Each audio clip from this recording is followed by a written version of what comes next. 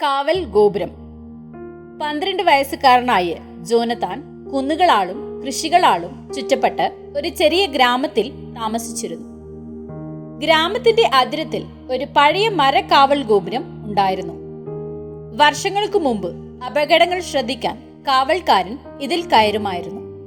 എന്നാൽ ഇപ്പോഴത് മിക്കവാറും നിശബ്ദമായിരുന്നു. ഒരു ദിവസം ജോനത്താന്റെ വല്യമ്മ ക്ലാര അവനോട് ആ കാവൽ ഗോപുരത്തിൽ വച്ച് തന്നെ കാണാൻ ആവശ്യപ്പെട്ടു. ജോനത്താൻ മുകളിൽ കയറിയപ്പോൾ അവൾ കൈകൾ കൂപ്പി ശാന്തമായി ഇരിക്കുന്നത് കണ്ടു. നമ്മൾ എന്തിനാണ് ഇവിടെ? അവൻ ചോദിച്ചു. വല്യമ്മ ക്ലാര പുഞ്ചിരിച്ചു. ഈ ഗോപുരം ഒരു പ്രധാനപ്പെട്ട കാര്യത്തിന്റെ ഓർമ്മപ്പെടുത്തലാണ്.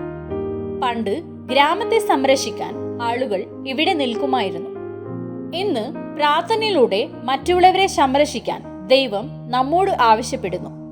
ജോനത്താൻ ഒന്ന് നെറ്റിച്ചുളിച്ചു. പക്ഷേ പ്രാർത്ഥിക്കുന്നത് എങ്ങനെയാണ് ആളുകളെ സഹായിക്കുന്നത്? ഞാൻ വെറും ഒരു കുട്ടിയല്ലോ. അവൾ താഴേക്കുള്ള ഗ്രാമത്തിലേക്ക് വിരൽ ചൂണ്ടി. ജോനത്താൻ ആ വീട് കണ്ടു.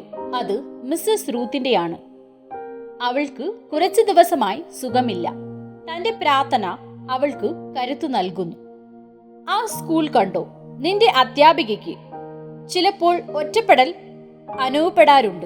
നിന്റെ പ്രാർത്ഥന അവൾക്ക് ആശ്വാസം നൽകുന്നു. നിന്റെ കൂട്ടുകാരൻ ശാംവേൽ പഠിക്കാൻ ബുദ്ധിമുട്ടുകയാണ്. നിന്റെ പ്രാർത്ഥന അവനെ പ്രോത്സാഹിപ്പിക്കുന്നു. അവൾ അല്പനേരം നിന്നു. അവന്റെ തോളിൽ കൈവച്ചു മൃദുവായി പറഞ്ഞു, എപ്പോഴും ജാഗരൂകരായിരിക്കാനും എല്ലാവർക്കു വേണ്ടി പ്രാർത്ഥിക്കാനും എബേസ്യർ 6:18 നമ്മെ പഠിപ്പിക്കുന്നു. കാരണം പ്രാർത്ഥന നമുക്ക് കാണാൻ കഴിഞ്ഞില്ലെങ്കിലും അത് വളരെ ശക്തമാണ്.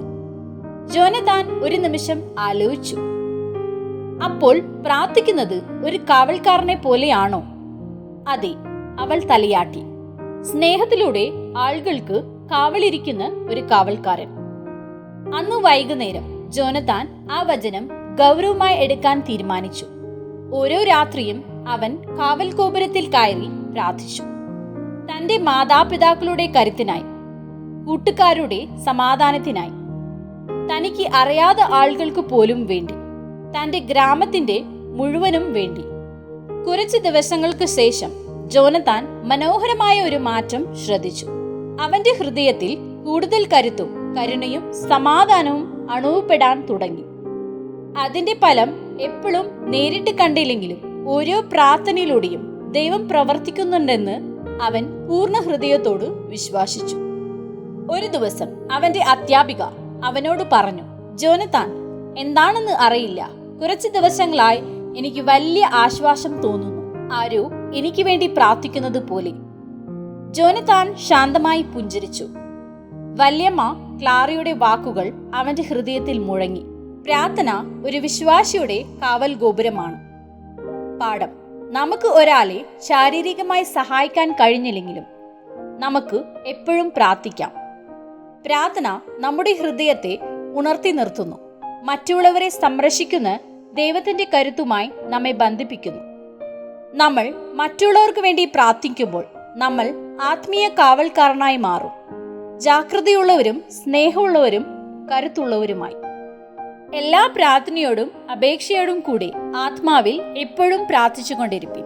ഇതിനായി പൂർണ്ണ ശ്രദ്ധയോടെ സകല വിശുദ്ധന്മാർക്ക് വേണ്ടിയുള്ള അപേക്ഷയോട് കൂടി ജാഗരൂകരായിരിപ്പിൻ. എബേസ്യർ 6:18